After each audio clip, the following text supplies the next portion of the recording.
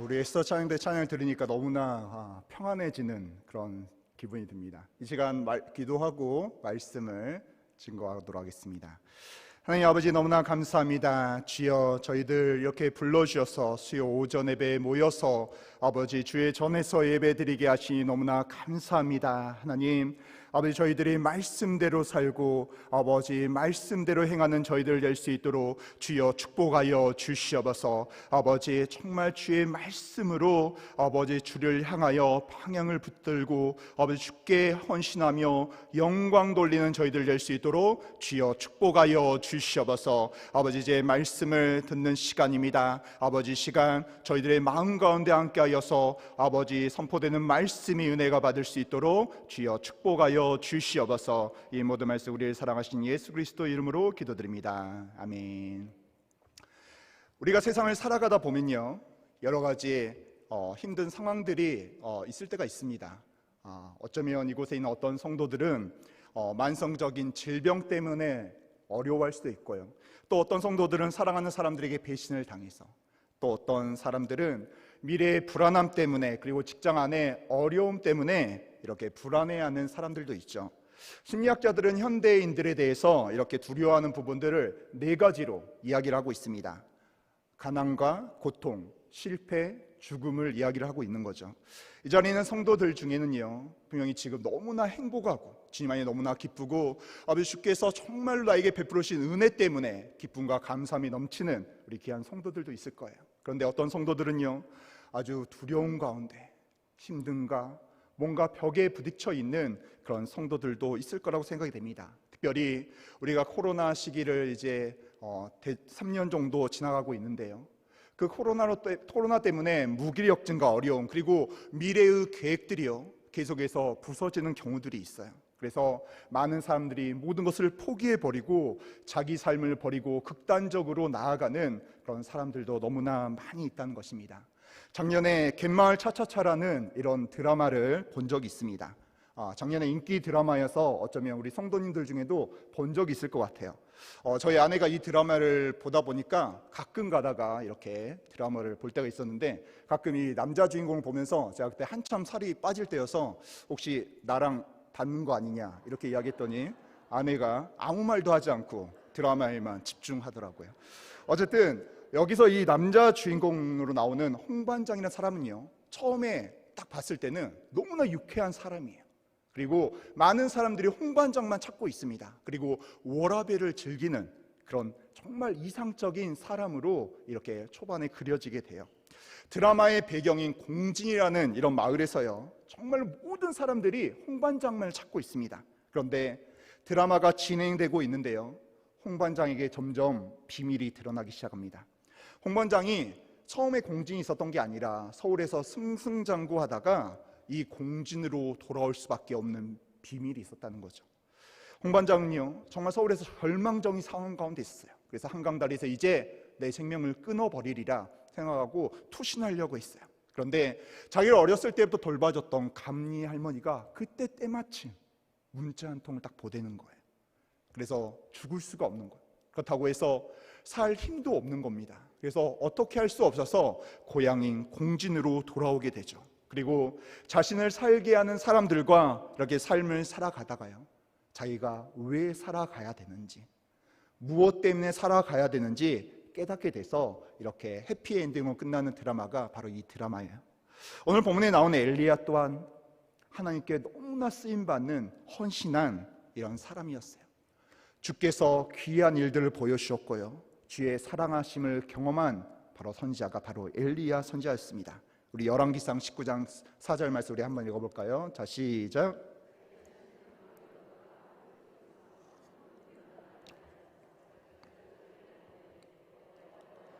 지금 내 생명을 거두옵소서. 나는 내 조상들보다 낫지 못하니이다 하고. 아멘. 그런데요, 오늘 말씀을 보니까 이제 그런 엘리야 선지자가, 하나님께 귀하게 쓰임받던 엘리야 선지자가 더 이상 힘이 없다고, 주여 이제 나를 죽여 주시옵소서, 이렇게 기도하는 것입니다. 여러분, 엘리야가 어떤 사람인지 아십니까?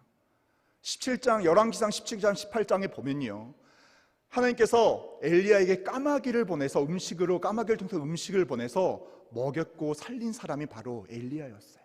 그리고 갈멜산에서요, 정말 바알과 아세라 하시는 성기는 850명의 선지자들과 850대 1로 싸워서 하나님이 살아계심을 나타낸 선지자가 바로 엘리야였습니다. 그리고 하나님께서 징계로 북이스라엘에 3년 6개월이나 가뭄을 내리셨는데 엘리야가 믿음으로 기도하니까 비가 쏟아지는 기적을 체험한 선지자가 바로 엘리야 선지자였어요. 그런데 이런 놀라운 믿음의 선지자 엘리야가요, 오늘 본문에서는 이렇게 고백하고 있는 거예요. 주님, 이것으로 족하오니 주여 나를 죽여 주시옵소서. 죽여달라는 거예요.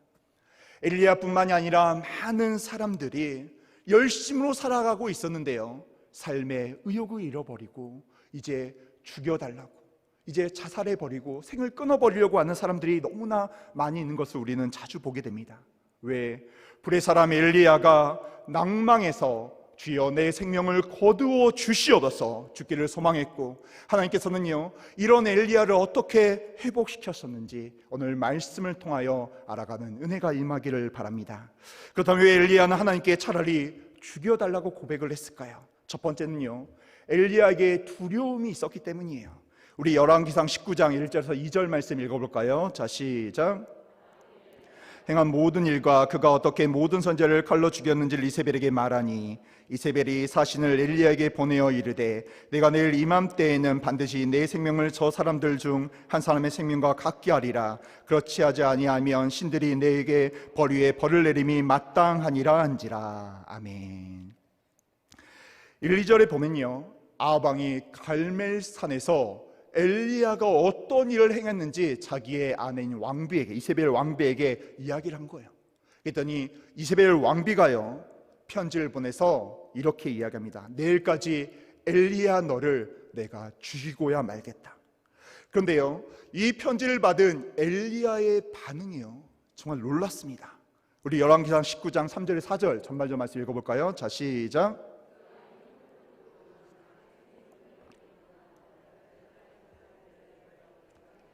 부엘세바에 이르러 자기의 사안을 그곳에 머물게 하고 자기 자신은 광야로 들어가 하룻길쯤 가서 한 로뎀나무 아래에 앉아서. 아멘. 3절에 보면요, 우리말 성경 개역 개정에는 그가 이 형편을 보고라고 표현되어 있습니다. 그런데요, 다른 번역본을 보면 엘리야가 두려워하여라고 되어 있어요. 우리 열왕기상 19장 3절 공동번역 읽어볼까요? 앞 구절만 읽어보겠습니다. 자, 시작. 엘리야는 두려워 떨며 목숨을 구하여. 여러분, 엘리야가요 두려워했다는 거예요. 편지를 받자마자 두려워한 거예요. 현대학자들은요 후자의 본문이 더 가깝다고 이야기하고 있어요. 하나님 안에서 믿음으로 그 모든 일을 이겨나가는 엘리야의 모습이 아니라요, 엘리야가 그때는 왜 그랬는지 몰라도 편지를 받자마자요 너무나 두려웠다는 거예요. 무려 850대 1로 하나님이 살아계심을 이렇게 보여주셨는데, 승리하게 하였는데 엘리야가요 그 편지 한 장에 두려워서 그 당시 북이스라엘 최북단에 있는 갈멜산에서 저 남유다의 제일 남쪽 끝인 부엘세베까지 도망한 겁니다. 그런데 거기까지 250km 떨어진 곳까지 도망했는데도요 안심되지 않았나 봐요. 또 하루길 더 광야로 도망갔다는 거예요. 사랑하는 성도 여러분, 지금의 이 상황이 두려워하는 상황일까요? 여러분, 이세벨 왕비가요 강력한 힘을 가진 건 사실이에요. 만약에 엘리야를 죽이려 했다면요 군대를 보내거나 자객을 보내거나 그랬겠죠. 이거는 협박에 불과하다는 거예요. 그런데 불의 사람 엘리야는요 겁을 먹고 도망하기 시작합니다. 문제를 정확하게 보지 못하고요 실제보다 더 크게 보았기 때문에 상황 자체보다 그 상황을 더 크게 바라봤다는 거예요. 불과 며칠 전에 놀라운 승리를 거두었는데 너무나 두려운 거예요. 너무나 힘든 거예요. 너무나 연약한 것입니다. 바로 이것이 문제라는 거예요. 문제 그 자체보다 그 문제를 내가 어떻게 바라보느냐, 그 문제를 어떻게 내가 느끼느냐, 이게 가장 큰 문제라는 것이에요. 우리 성도님들과 저에게도요 여러 문제가 있습니다. 자녀의 문제도 있고요, 신앙의 문제, 재정의 문제, 인간관계의 문제, 사업과 직장 가운데서의 여러 문제가 있을 수 있어요. 그런데 사랑하는 성도 여러분, 이런 문제들이 여러분을 그렇게 낙담시키는 일일까요? 물론요, 어렵습니다.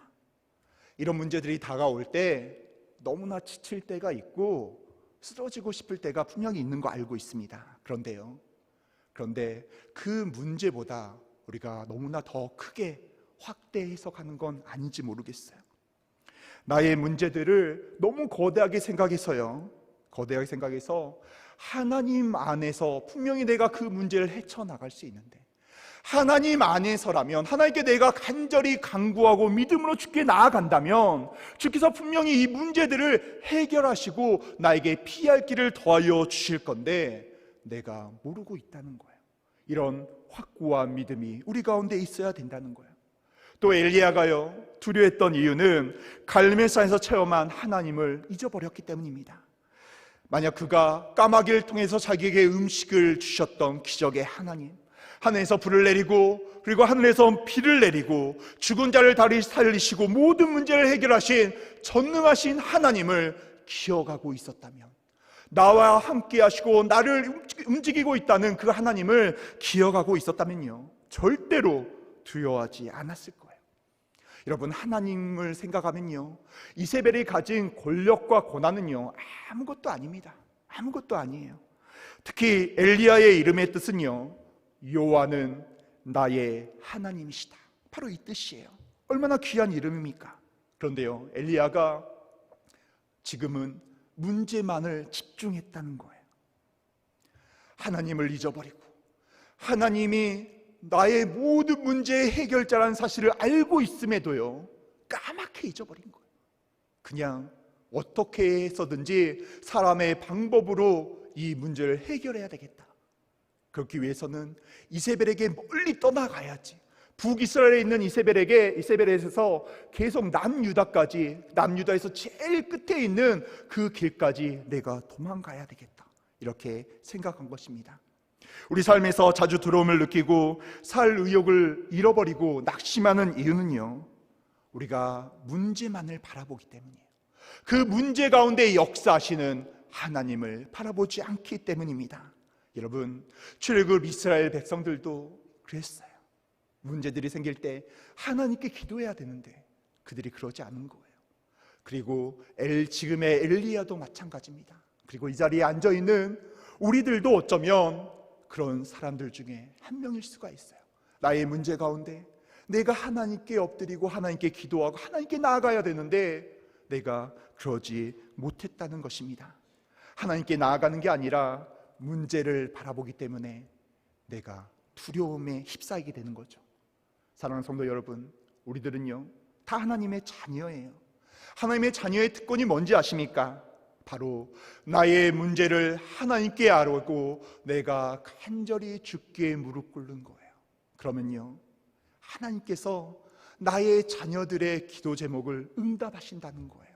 나의 기도 제목이 뭔가 문제가 있다면요, 그 기도 제목을 넘어서서 더 크게, 더 온전하게 하나님께서 응답하신다는 것입니다. 그런데 문제는 내가 하나님께 아뢰는 게 아니라 문제에만 집중하고 있는 거예요. 하나님을 기억하지 않는 거예요. 정말 머피의 법칙처럼 하나님께 기도하면 된다고 계속해서 사임 목사님 말씀을 통하여 우리가 알고 있지만 우리가 기억하지 못할 때가 너무나 많이 있다는 거예요. 그런데요, 정말 더 대박인 것은 하나님께서 그런 우리의 연약함을 알고 계시다는 거예요. 우리가 뭔가 믿음 가운데 서 있는 것 같아도, 우리가 말씀의 은혜로 서 있는 것 같아도 연약해서 쓰러질 수밖에 없고 하나님을 바라보지 못하고 이런 우리들이란 것을 하나님이 알고 계시는 거예요. 그래서 하나님께서 우리에게 이런 위로의 말씀을 주십니다. 우리 이사야 41장 10절 말씀 한번 읽어볼까요? 자, 시작.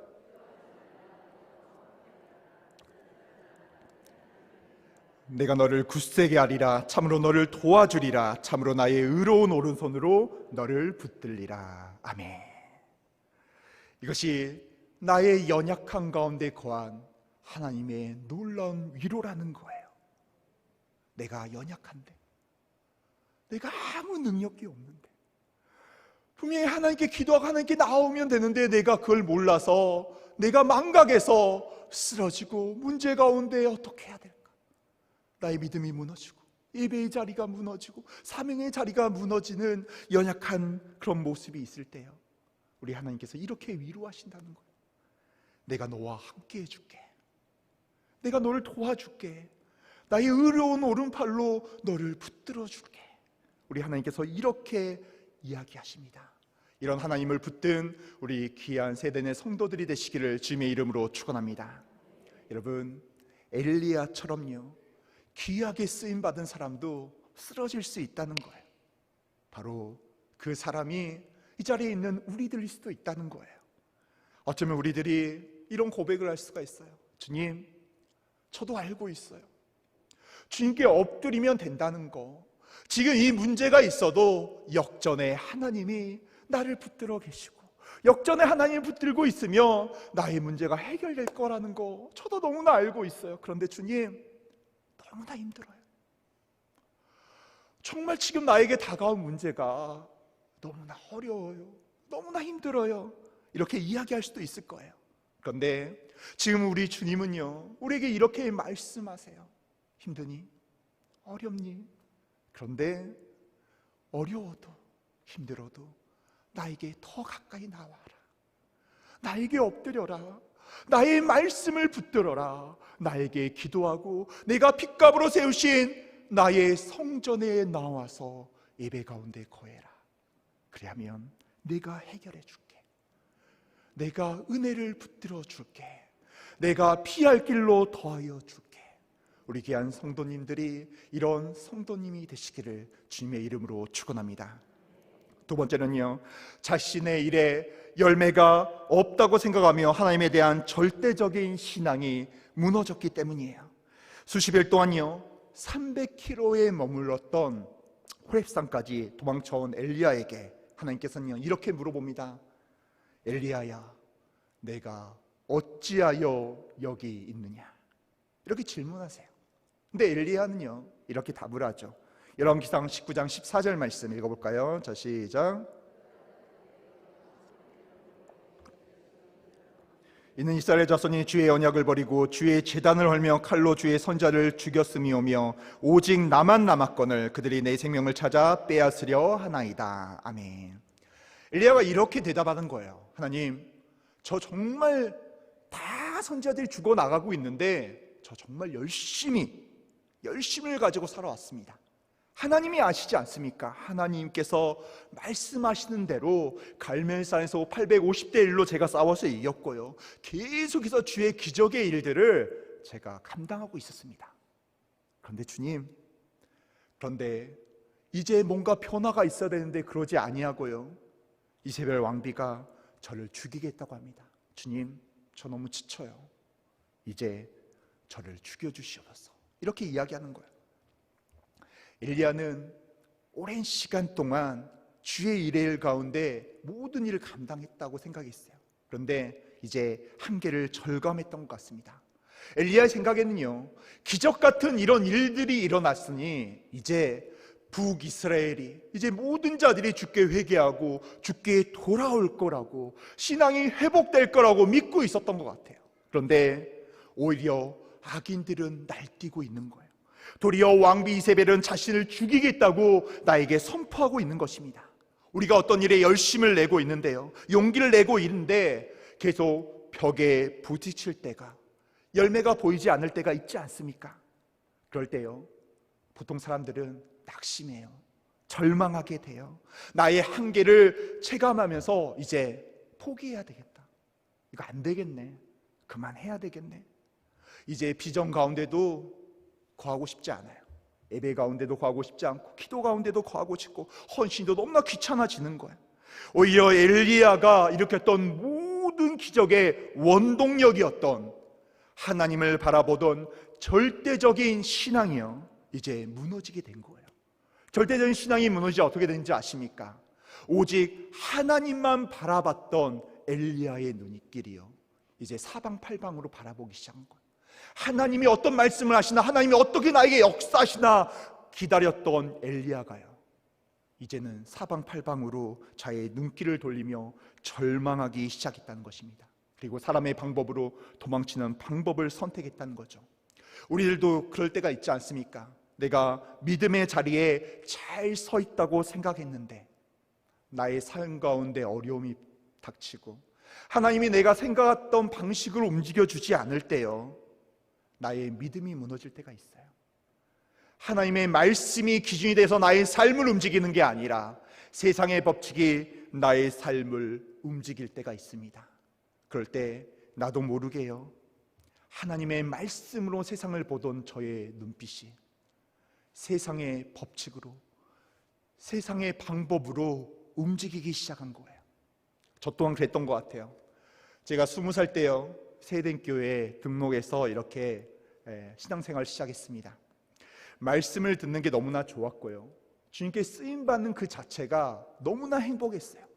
제가 처음에 그때 98년도에 왔을 때요, 세덴교회 청년부가 한 20명, 16명 이 정도 남짓 있었던 것 같아요. 그냥 다 같이 일하고 다 같이 헌신하고 다 같이 예배드리고 이런 그런 청년부였죠. 이런 청년부 안에서요, 제가 청년부 회장으로, 그리고 셀 리더로, 주일 2부 예배 때는 유년부 교사로요, 주일 3부 때는 고등부 교사로 열심히 헌신했습니다. 그런데 그거 너무나 행복했어요. 이렇게 헌신을 하면서요, 이제 복학할 때가 돌아왔는데, 제가 그 당시에요, 전라도 광주에서 대학을 다니고 있었어요. 저의 마음 가운데요, 이런 생각이 들었습니다. 내가 이렇게 헌신의 자리를 다 내어드리고 내가 전라도 광주로 내려갈 수 없지. 그러면서 편입시험을 생각을 하게 된 겁니다.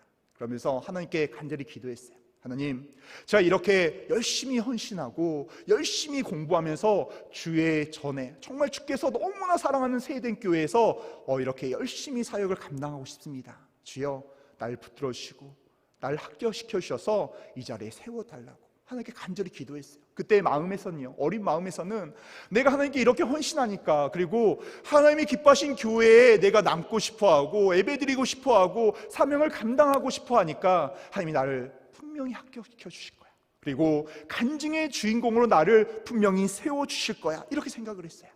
그런데 결과가 어떻게 됐겠습니까? 합격이었으면 말도 안 했겠죠. 7개 학교를 썼는데요, 다 떨어진 거예요. 다 떨어졌어요. 너무나 낙담이 됐습니다. 저의 마음에서는요, 하나님, 어떻게 이럴 수 있습니까? 하나님의 교회에서 쓰임받고 싶었는데, 주의 정 가운데 거하고 싶었는데, 하나님, 어떻게 이럴 수 있습니까? 꼭 편입을 시작하게 하신 분이 하나님인 것처럼, 나에게 절망을 주신 분이 하나님 것처럼 하나님이 분명히 해주셔야 됐는데 하나님이 안 해주신 것처럼 무너지기 시작한 거예요. 쓰러지기 시작한 거예요. 시험에 들었는지요, 하나님만을 바라보고 너무나 교회에 오는 게 행복했던 제가요, 교회 오기 싫은 거예요. 예배 드리기도 싫은 거예요. 그냥 어디 가기도 싫은 거예요. 그냥 교회 일하러 오라 그래도 왜 나밖에 없어? 하면서 그냥 핸드폰도 끄고 가만히 잠수 타고 있는 겁니다. 될 대로 되라, 이런 식으로요. 그런데요, 우리 주님은요, 너무나 대단했어요. 우리 주님께서요, 딱 다 떨어진 지 일주일 후에 고등부 수련회를 준비하고 계셨거든요. 그런데 그 당시에 고등부 수련회의 중요 스텝으로 제가 많은 것들을 섬기고 있었습니다. 안 갈 수가 없는 거예요. 안 갈 수가 없어요. 억지 십자가를 짊어진 것처럼, 목에 목줄이 매여 있는 것처럼 어쩔 수 없이 고등부 수련회를 가게 된 거예요. 갔는데요, 저희 마음이 어떻겠습니까? 그냥 얼굴에는 나 너무 싫다, 2박 3일 빨리 지나가라, 막 이러고 있는 거예요. 학생들이 은혜 받아야 될 그 첫 번째 날 집회 때요, 우리 하나님께서 저를 만나주신 거예요. 저에게 위로하시고 깨닫게 하시고 회개시키시고 하나님의 뜻을 알려주셨다는 거예요. 그리고 6개월 후에요, 다시 한번 본 두 번째 편입시험에서 주님께서 대학에 합격시켜 주시고 세대에서 계속해서 헌신하며 봉사할 수 있는 주님의 놀라운 은혜를 더하여 주셨습니다. 엘리야 또한요, 이 절망의 원인이 하나님께 있다고 믿었어요. 하나님 이제 정말로 북이스라엘을 회복시켜 주시고 그리고 이세벨 왕비를 해결해 주셨다면 내가 이 광야까지 도망쳐 오지 않아도 됐잖아요. 하나님이 그렇게만 역사하셨어도 제가 이루어지는 않았잖아요. 이제 소명이고 사명이고 다 필요 없습니다. 엘리야는요, 절망의 원인을 하나님께 찾은 거예요. 하나님이 잘못하셨어, 하나님이 역사하지 않으셔서, 하나님이 일하지 않으셔서 이렇게 된 거예요. 이렇게 생각하고 있는 거예요. 그런데요, 엘리야의 절망의 원인은 그런 부분들이 아니라 하나님을 향한 절대적인 신앙을 잃어버렸기 때문에, 어떤 환경 가운데서도 하나님이 하시려는 절대적인 신앙을 가지고 있어야 되는데 그거를 잃어버린 거예요. 엘리야는요, 자식이 다가온 문제의 참 뜻을 잘 파악해야 됐어요. 이세벨을 변화시키고 심판하시는 그런 하나님을 바라보고 있는 게 아니라 그런 상황들 가운데서도 주님이 일하실 줄로 믿습니다. 주님이 하실 줄로 믿습니다. 주여, 저는 주님의 도구이오니 계속해서 주의 일을 감당하겠습니다. 이런 마음으로 주를 신뢰하며 나아가야 된다는 거예요. 사랑하는 성도 여러분, 내가 생각하는 시간과 방법대로 주님이 일하지 않는다고 하실지라도 사랑하는 성도 여러분, 주님을 신뢰하며 주를 향한 믿음으로 나아가는 귀한 성도들이 되시기를 바랍니다. 여러분, 주님을 향한 절대적인 신앙을 굳건케 하시길 바랍니다. 내가 그럴 때요, 시험에 들지 않아요. 무너지지도 않아요. 하나님께 한 발자국 계속해서 다가와서 주께 기도하고 주께 묻고 주께서 회복시켜 줄 줄로 믿습니다. 그렇다면 하나님께서는요, 어떻게 패배자의 모습으로 죽기를 갈망했던 엘리야를 회복시켰습니까? 첫 번째는 나를 가장 잘 아시는 주님이요 나에게 다가오셨다는 거예요. 여러분, 엘리야가 낭망되어 있잖아요. 너무나 힘들어하고 있어요. 어느 누구도 그에게 위로와 살 의욕을 줄 수가 없습니다. 그럼 그에게 우리 하나님께서 취하신 행동이 무엇입니까? 열왕기상 19장 5절에서 6절 말씀 읽어볼까요? 자, 시작.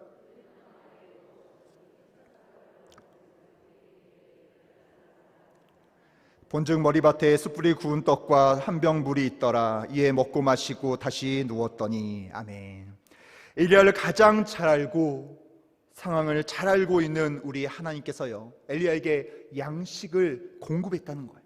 생명을 건 대결과 이세벨을 피해서 육체적으로 정신적으로 너무나 피폐했던 엘리야에게요, 하나님께 다가오셨어요.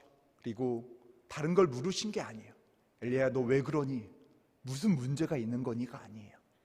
하나님께서요, 아무것도 묻지 않고 지금 엘리야에게 가장 필요한 거, 절실하게 필요한 양식을 공급했다는 거예요. 엘리야의 육신은요, 이 하나님의 양식을 먹고 이제 힘을 얻어서 40일 40야를 가서 하나님의 산 호렙까지 움직이게 된 것입니다. 여러분, 하나님께서는요, 엘리야를 버리지 않았다는 거예요. 엘리야가 하나님 다 던져버리고 싶고 죽고 싶습니다, 아무것도 하고 싶지 않습니다, 이렇게 말할 때도요, 하나님은 그를 도우셨다는 거예요. 엘리야를 너무나 잘 알고 있는 우리 주님께서 엘리야에게 다가오시고 함께 하시고 필요한 것을 공급해 주시고 위로하시고 그리고 회복시키셨다는 것입니다. 사랑하는 성도 여러분, 우리 삶 가운데서도요, 엘리야만큼 낙담될 때가 있어요. 어려울 때가 있습니다. 너무나 은혜 가운데 있음에도 불구하고 어쩔 때는 갑자기 절망 가운데 거할 때가 있습니다. 그럴 때 보통 사람들은요, 엘리야처럼 포기하고 자포자기할 때가 너무나 많이 있어요. 그리고 인간의 위로를 받을 수 있는 방법, 뭔가 새 힘을 공급받을 수 있는 뭔가를 찾아내려고 막 돌아다닐 때가 있어요. 근데 기억하시길 바랍니다. 진정한 회복의 길은요, 나를 가장 잘 아시는 영적 능력의 근원이신 하나님께 나아갈 때 내가 회복될 수 있다는 것입니다. 나를 가장 잘 아는 하나님께 내가 잠겨서 나아가서 회복되지 못한다면요, 하나님께 나아가지 못한다면 나의 영적 좌절은요, 회복되지가 않아요. 어쩔 때는 어떤 일을 통해서 회복된 것 같아요. 뭔가 괜찮은 것 같아요. 그런데요, 꼭 마약 성분처럼 잠시 나를 황홀하게 하고 나를 기분 좋게 하고 내가 뭔가 회복된 것처럼 나를 만들 뿐입니다. 그 약효가 사라지면요, 더욱 강한 좌절감에 거하게 된다는 것입니다. 사랑하는 성도 여러분, 여러분 힘들 때요, 영적 좌절감이 몰려올 때 여러분 어떻게 하십니까? 우리의 노력으로는요 해결될 수가 없어요. 우리 하나님께 나아올 때, 주의 말씀이 선포되는 주의 전에 나아올 때 하나님께서 모든 걸 해결할 수 있다는 거예요. 여러분, 한 자루의 연필이 있었습니다. 이 연필의 문제가 자기가 뭔지를 몰랐어요. 자기가 창조된 목적이 뭔지 몰랐다는 것입니다. 모양을 보니까요, 길어요, 가볍고요, 그리고 뭔가 앞이 뾰족하게 나와 있어요. 나는 뭐지? 난 어떻게, 뭘로 태어난 거지? 이런 생각을 하고 있는데 연필 옆에요, 못이라는 애가 지나가고 있는 거예요. 제가 볼 때요, 모양도 볼품없고 뭔가 무겁기만 하고요, 작아요. 아무것도 아닌 것 같아요. 그런데 옆에서 못이 이렇게 망치가 못에게 이리 와보라고 해가지고 나무와 나무를 연결시키는 것을 이렇게 못이 하고 있는 거예요. 어라? 못은 저런 역할을 하나 보구나, 이런 생각을 하는 거예요. 그런데 그 다음에 다시 못이 필요한 거예요. 그랬더니 연필이 나를 사용하라고, 저 애보다 내가 더 뛰어나니까. 그런데요, 망치가 연필을 때리자마자 어떻게 되겠습니까? 산산조각 난 거예요. 산산조각. 그때부터 연필이요 슬퍼하기 시작합니다. 나는 아무것도 아니구나. 나는 세상에 필요한 존재가 아니구나. 나는 왜 세상에 왜 태어났을까? 이런 생각을 한 거예요. 여러분, 지금 연필의 고민이 어떻다고 생각합니까? 어떻게 연필이 목과 같은 일을 할 수 있겠어요? 연필의 용도가 있는데, 연필이 쓰기 위해서 가볍게 만들어졌잖아요. 그런데 어때 목과 같은 역할을 하겠어요? 모든 물건들은요 각기 목적이 있다는 거예요. 무슨 나무를 고정시킨 역할을, 연필은 글씨를 쓰는 역할을, 시계는 시간을 볼 수 있는 역할을 한 거예요.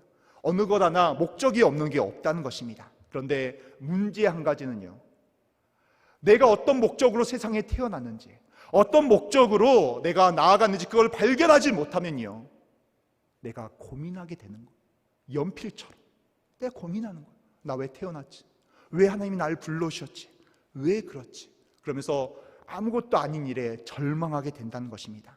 그렇다면 연필이 자기의 목적을 알려면 어떻게 해야 되겠습니까? 당연히 연필을 창조한, 연필을 만든 사람에게 가서 이야기해야 되겠죠. 연필을 만든 사람에게 연필이 다가갔을 때 연필이 이렇게 물어봅니다. 왜 저 이렇게 만들었어요? 그랬더니 만든 사람이요, 사람들이 들고 써야 되니까 가볍게 만들었지. 너의 목적이 있으니까 거기에 맞는 용도로 사용한 거야. 만들어준 거야. 여러분, 우리들도 문제와 어려움이 생길 때, 그렇기 때문에 우리가 어떻게 해야 되냐면 나를 창조하신 우리 하나님께 내가 나아가야 된다는 거예요. 하나님께 나아갈 때 하나님께서 나에게 나의 문제를 해결해 주시고 나에게 알려주시고 나의 목적에 대해서, 나의 삶의 목적에 대해서 우리 하나님께서 대답해 주신다는 거예요. 어쩌면요 나의 생각대로 대답하지 아니하실 때도 있어요. 내 시간과 방법대로 하나님께서 말씀하지 아니하시고 더디 이야기하실 수도 있습니다.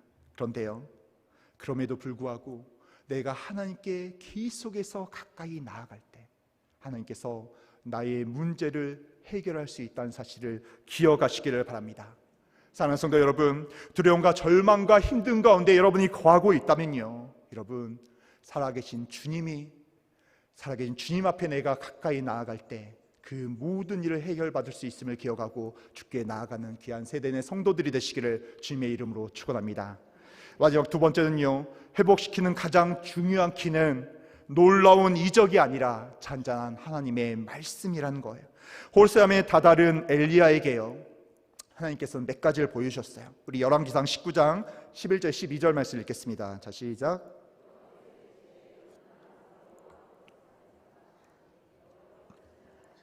여호와 앞에 크고 강한 바람이 산을 가르고 바위를 부수나 바람 가운데 여호와께서 계시지 아니하며 바람 후에 지진이 있으나 지진 가운데서도 여호와께서 계시지 아니하며 또 지진 후에 불이 있으나 불 가운데서 여호와께서 계시지 아니하더니 불 후에 세미한 소리가 있는지라. 아멘. 여러분, 먼저요, 크고 강한 바람이 불었습니다. 그리고 지진이 일어났고요, 불이 몰려왔다는 거예요. 그리고 그 불이 지나간 다음에 주님의 세미한 소리가 들리기 시작했습니다. 사랑하는 성도 여러분, 이런 상황을 통해서 하나님께서 엘리야에게 무엇을 가르치고 싶었습니까? 성경에서요, 바람이나 불이나 지진은 하나님의 임재를 상징하는 거였어요. 하나님의 능력을 상징하는 거였어요. 그런데 본문에서 하나님께서는요, 엘리야에게 나타나실 때 바람 가운데서도 지진 가운데서도 불 가운데서 나타나지 아니하셨습니다. 하나님께서는요, 세미한 음성 가운데 나타났었어요. 이것은 중요한 것을 가르치기 위해서요. 사람의 심령을 변화시키는 것은요, 놀라운 기적과 이적이 아니라 잔잔한 하나님의 말씀이라는 거예요. 여러분, 엘리야가 지금 호렙산에 온 이유가 무엇입니까? 절망 때문이 아닙니까? 낙심했기 때문이 아닙니까? 지금 절망과 낙심으로 지금 나오게 된 거예요. 그런데 하나님께서는 이 시간 우리에게 말씀하시기를, 하나님의 말씀을 통해서 우리의 삶이 변화받을 수 있다는 거예요. 문제가 해결받을 수 있다는 것입니다. 예수님께서 공생의 3년 동안 얼마나 많은 기적과 이사를 보이셨어요. 수많은 병자를 고치시고 살리시며 오병이어의 기적으로 5천 명을 먹이시고 귀신 들린 자를 고쳐주셨다는 거예요. 그런데 이런 기적 가운데서 변화받고 죽게 돌아온 자는 소수에 불과하다는 것입니다. 오히려 변화를 일으킨 것은요, 주님의 말씀이었어요. 주의 말씀이 선포될 때 변화가 일어나기 시작했다는 것입니다. 또한 12제자들도 마찬가지였어요. 오순절 마가의 다락방에서 성령이 강력하게 임재하였을 때, 그들이 나가서 주의 복음을 선포했을 때요, 3,000명, 5,000명에 달하는 많은 자들이 회개하며 주께 돌아왔다는 것입니다. 하나님의 말씀을 통하여 심령이 변화받고 움직일 수 있다는 것이죠. 그러므로 지금 우리의 상황 가운데 우리가 가장 먼저 해야 될 일은 하나님의 말씀을 듣는 것입니다. 주의 말씀을 듣고 은혜를 받고 순종함으로 말씀 가운데 살아가는 저희들이 되어야 된다는 거예요. 예배 가운데 나와야 된다는 것입니다. 사랑하는 성도 여러분, 회복의 시작이 어디에서부터 시작이 되는지 아십니까? 먼저 내가 주님께 나오고 주의 말씀이 회복되는 그 시점부터 내가 영적인 회복이 일어나기 시작한 것입니다. 이제 많은 성도들이 교회에 나와서 예배 드릴 수 있어요. 코로나 이전에는요, 내가 마음만 먹으면 주회 전에 나와서 내가 예배를 드릴 수 있었습니다. 그런데요, 코로나가 극박했던 시기에 20명 남짓 예배 드릴 수 있는 시기에는요, 내가 너무나 예배 드리고 싶은데, 내가 너무나 주회 전에 나오고 싶은데요, 나올 수가 없는 거예요. 예전에 당연했던 일들이, 당연히 예배 드릴 수 있는 일들이 이제 당연하지 않게 되어버렸다는 거예요. 그리고 이제는요, 100% 모두가 나올 수 있습니다. 그런데 어떤 사람들은 이런저런 이유로 주회 전에 나오지 못한 성도들이 있어요. 아직은 확진자가 많다는 이유로, 유튜브로 드리는 게 너무나 편하다는 이유로, 그리고 주일 성수가 나도 모르게 무너져서 내가 나아오지 못한 그런 성도들도 있습니다. 그런데요, 중요한 사실 한 가지는, 그럼에도 불구하고 내가 먼저 찾아야 될 분은 하나님이라는 것입니다. 내가 더 가까이 내 평생에 주께 가는 그날까지 내가 더 가까이 나아가야 할 분은 하나님이라는 사실을 기억하시길 바랍니다. 사랑하는 성도 여러분, 지금 어떤 방향으로 나아가고 계십니까? 혹시 나의 생각대로, 아니면 나의 신앙의 경험대로입니까? 아니면 어떤 동역자의 권면의 소리입니까? 주님께서는 지금 우리에게 이렇게 말씀하세요. 내 사랑하는 아들아, 내 사랑하는 딸아, 이제 나에게 더 가까이 나와라. 주의 전에 예수께서 핏값으로 세우신 너무 귀한 이 세대인 교회, 너희들이 더 가까이 나와서 날 위하여 예배드리고 말씀 가운데 거하며 찬양을 하며 기도해라. 그렇게 할 때 너희들이 온전한 모습으로, 온전한 방향으로, 주가 기뻐하시는 방향으로 너희들이 나아갈 수 있을 것이다. 이렇게 말씀하고 있습니까? 사랑하는 성도 여러분, 어떻습니까? 지금 할 일이 많나요? 분주하시나요? 내 생각과 내 기준에 맞춰서 제가 살아가고 있습니까? 여러분, 우리의 방향이 주님과 주님의 말씀을 향하여 이 시간 코로나 시대에 승리하는 우리 귀한 세대의 성도들이 되시기를 주님의 이름으로 축원합니다. 이 시간 찬양하고 우리 기도하기를 원합니다.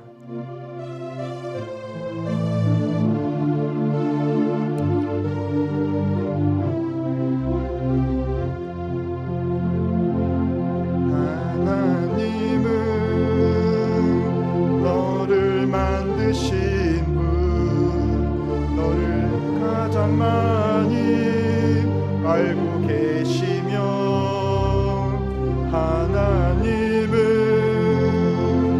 너를 만드신 분, 너를 가장 깊이 이해하신단다. 하나님은 너를 지키시는 분, 너를 절대 포기하지 않으며, 하나님은 너를 지키시는 분, 너를 쉬지 않고 지켜보신단다. 그의 생각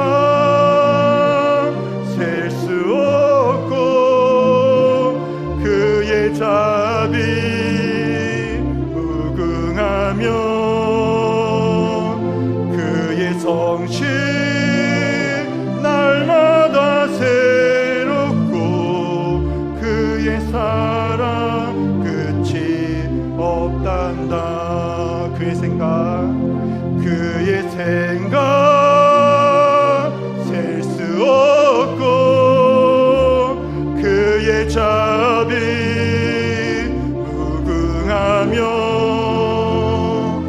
그의 성실 날마다 새롭고, 그의 사랑 끝이 없단다. 그의 사랑 끝이 없단다. 우리 하나님께 간절히 한 목소리를 기도하기를 원합니다. 여러분, 엘리야처럼 위대하게 쓰임 받았던 주의 종도요, 무너졌어요. 너무나 낭망했어요. 절망했어요. 우리들이 힘든 거, 어려운 거 그럴 수 있다는 거예요. 그런데요, 주님께서 우리에게 이렇게 말씀하십니다.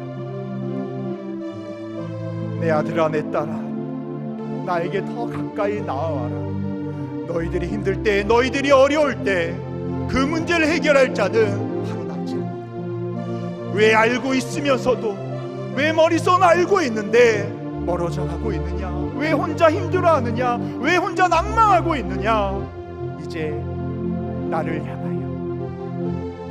향하여 나아와라. 이렇게 이야기하십니다. 여러분, 이 시간 간절히 하나님께 기도합시다. 하나님, 나에게 믿음을 더하여 주시옵소서. 아버지, 머릿속으로 알고 있는 아버지 하나님의 말씀이 아니라, 아버지 하나님의 말씀이 나의 삶을 세우게 하여 주시고, 주의 은혜 가운데 거할 수 있도록 주여 함께하여 주시옵소서. 시간 간절하게 한 목소리로 간절히 기도하기를 원합니다. 하나님, 아버지 우리 귀한 성도들 주여 붙들어 주시옵소서. 은혜를 더하여 주시옵소서. 은혜를 더하여 주시옵소서. 아버지 주께서 책임져 주시옵소서. 아버지 주께서 책임져 주시옵소서. 아버지 우리 귀한 성도들 아버지 주의 말씀을 붙들고 나아갑니다. 주여 회복시켜 주시고 문제를 해결하여 주시옵고 하나님의 뜻이 하나님의 은혜가 귀한 성도들 마음과 은혜 임할 수 있도록 주여 함께하여 주시옵소서. 주께서 책임져 주시고 은혜를 붙들어 주시옵소서. 아버지 주님밖에 없습니다. 주님의 은혜밖에 없습니다. 주님이 하셔야 되며 아버지 부족하고 연약한 자에게 주의 팔로 붙들어 주시고 주께서 위로하여 주시고 주께서 회복시켜 주시고 은혜와 사랑의 하나님 아버지 주님 이 자리에 나와 주께 예배드리고 주를 찾는 자들에게 긍휼히 여겨 주시옵소서. 주님 주의 은혜 가운데 거하며 주의 뜻을 알아서 더 주님이 원하시는 삶을 살아가는 귀한 성도들 될 수 있도록 주여 축복하여 주시옵소서. 아버지 항상 주님을 향하여 나아가게 하여 주시고 주의 말씀을 의지하여 항상 승리하며 주께 영광 돌리는 귀한 성도들 될 수 있도록 주여 축복하여 주시옵소서. 주여 세상의 법칙에 순응하는 자들이 아니라 주님의 이름의 능력을 받아 주의 기뻐하신 일을 감당할 수 있도록 주여 함께하여 주시옵소서. 아버지 우리 귀한 담임 목사님 주여 세워주셨사오니 아버지 우리 모든 성도들이 담임 목사님의 사역을 돕게 하여 주시옵고 주님이 사랑하는 담임 목사님 위하여 기도하며 헌신하며 환경과 마음을 도하여 주시옵소서. 이 모든 말씀 우리를 사랑하시는 예수 그리스도 이름으로 기도드립니다. 아멘. 이 시간 광고하도록 하겠습니다. 이번 주일은 등대기찌기 주일로 드려집니다. 5월 1일 날 어린이 주일 동시에 등대기지 주일로 이렇게 보내드립니다. 더 많은 성도들이 현장 예배를 사모하는 회복하는 시간이 되기를 원합니다. 담임 목사님과 함께 5월 5일 날 남원에서 열리는 춘향제에 함께 하실 분들은 교구 교육자에게 신청하시길 바랍니다. 총여성교회 원래가 오전 예배 후에 7층 식당 귀빈실에 있습니다. 해당되시는 분은 많은 참석을 바랍니다. 결혼 광고 있습니다. 24교구 최인환 신은자 집사님 장녀 아진자매 이중화 형제 4월 30일 토요일 오후 2시 노블 발렌티 대치점에서 결혼합니다. 관련된 많은 성도님들 가서 축복해 주시길 바랍니다. 그리고 우리 많은 세가족들이 오셨습니다. 우리 신민주 성도님, 이은서 성도님, 권명애 성도님, 이옥자 성도님, 변상회 성도님, 오은수 성도님, 김시연 성도님 이렇게 오셨습니다. 우리 귀한 세대교회에서 이렇게 하나님의 은혜 가운데 행복한 신앙생활 보내시길 바랍니다. 우리 박수로 축복하시길 바랍니다. 자, 이 시간 다 같이 일어나서 비전 선언문 후에 헌금 기도와 축도로 예배를 마치도록 하겠습니다. 우리는 교회 세움과 신앙으로 팬데믹을 극복하고 생명나무 은혜와 예배 동력의 두 날개로 다시 비상하여 거룩한 부족 공동체의 영향력을 한국과 세계로 확장시키는 교회를 꿈꾼다. 아멘. 기도하겠습니다. 하나님 아버지 너무나 감사합니다. 오늘 주님 앞에 나와 예배드리고 또 이렇게 은혜 받게 하시니 너무나 감사합니다. 주님 오늘 귀한 성도들 빈손 오지 아니하고 주님께 귀한 예물을 드립니다. 1,000번째 예물을 드리고 여러 기도 제목을 드려서 이렇게 하나님께 드려집니다. 아버지 이종재 안수집사님께서 아버지 차영단치 사례비를 드리며 신년 소원 예물을 드리며 유경희 집사님께서 대표 기도에 감사해서 이순덕 집사님께서 아버지 대신방에 감사하여 아버지 그리고 범사에 감사해서 이렇게 예물을 드립니다. 주여 주정헌금 10의 1조 자녀 안심 성교헌금 방송선교 기타 모든 예물 위에 주께서 함께하여 주시옵고 예물이 쓰이는 곳마다 하나님의 영광이 드러날 수 있도록 주여 축복하여 주시옵소서. 하나님 주께서 역사하여 주시옵고 아버지 오늘 하루를 살아갈 때 아버지 하나님을 향하여 주께 나아가는 귀한 성도들 될 수 있도록 주여 함께하여 주시옵소서. 이제는 우리 주 예수 그리스도의 은혜와 하나님 아버지의 무한하신 사랑과 성령의 위로와 교통하심의 역사가 하나님께 나오고 말씀 가운데 거하기를 원하는 모든 세대교회 성도들 위해 이제로부터 영원까지 함께 있을지어다. 아멘. 우리는 생명나무로 축복을 받겠습니다. 하나님의 언약 믿고 충성하여 우리 복을 받아요.